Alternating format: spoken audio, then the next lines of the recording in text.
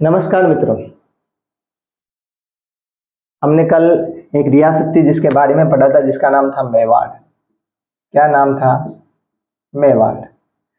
दोस्तों, हमने पिछली जो क्लास थी उस क्लास के अंदर देखा था कि मेवाड़ रियासत राजस्थान की सबसे प्राचीन रियासत है। तो प्रश्न यहीं से ये बनता है कि राजस्थान की जब सबसे प्राचीन रियासत मेवाड़ रियासत है तो राजस्थान की सबसे नवीनतम रियासत कौन सी है? तो राजस्थान की सबसे नवीनतम रियासत की अगर आपसे बात करें तो राजस्थान की सबसे नवीनतम रियासत जो है वो है झालावाड़ रियासत। दोस्तों, झालावाड़ रियासत का निर्माण 1838 में किया गया और इसका जो प्रथम शासक बनाया गया था वो ज्वाला मदन सिंह को बनाया गया था। मेवाड़ के बारे में हमने सारी की सारी जानकारी पिछले वाली जो क्लास थी उसके अंदर कर ली थी और पूरी जानकारी प्राप्त करने के बाद में हम मेवाड़ के प्रथम शासक तक पहुंच गए थे, जिनका नाम था बप्पा रावल। क्या नाम था? बप्पा रावल। दोस्तों, इन बप्पा रावल के बारे में ऐसा कहा जाता है कि बप्पा रावल का वास्तविक नाम जो था क्या था? कालभोज था। बप्पा रावल का वास्तविक नाम जो था क्या था? कालभोज था। अब प्रश्न ये बनता है कि इनका वास्तविक नाम जब कालभोज था तो इनको बप्पा के नाम से क्यों जाना जाता था? दोस्तों, आपको मैं बता दूं कि बप्पा जो थे, ये बप्पा जो रावल थे, ये एक ऋषि हुआ करते थे जिनका नाम था हारित ऋषि।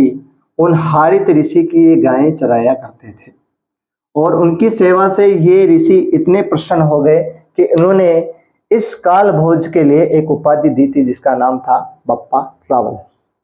दोस्तों, इसके बाद आपको मैं ये बता दूं कि ये हारित ऋषि वही व्यक्ति हैं जिन्होंने बप्पा रावल के लिए राज्य आशीर्वाद के रूप में मांगा था।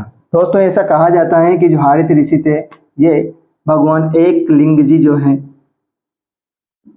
एक लिंग जी, उनकी सेवा किया करते थे और इनके इतने बड़े भक्त थे कि ये सारे दिन इनकी भक्ति में डूबा हुआ करते थे। और दोस्तों, कहा जाता है कि जो एक लिंग जी जो है, इन्हीं के आशीर्वाद से 734 में, कब? 734 में चित्तौड़ का उस टाइम पे एक शासक था जिसका नाम था मान मौर्य। कौन था? मान मौर्य। 734 में चित्तौड़ के शासक मान मौर्य को बप्पा रावल के द्वारा हरा दिया गया और चित्तौड़ पर अधिकार कर लिया गया। दोस्तों, जैसे ही चित्तौड़ पर अधिकार हुआ तो बप्पा के द्वारा यहाँ पर एक लिंग जी जो है उनके मंदिर का निर्माण करवाया गया, जो कि वर्तमान में कैलाशपुरी उदयपुर में स्थित है। कहाँ पर है? कैलाशपुरी उदयपुर में इनका क्या है? मंदिर है। दोस्तों, आपसे पूछ ले कि एक लिंग जी के मंदिर कहां पर स्थित है तो कैलाशपुरी उदयपुर में स्थित है।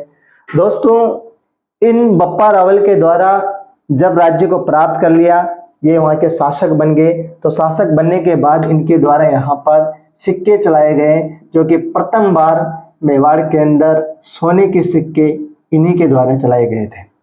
दोस्तों, हमने देखा कि मेवाड़ के अंदर पहले 2 सिक्के चल चुके हैं, अब तक 2 सिक्के चल चुके हैं।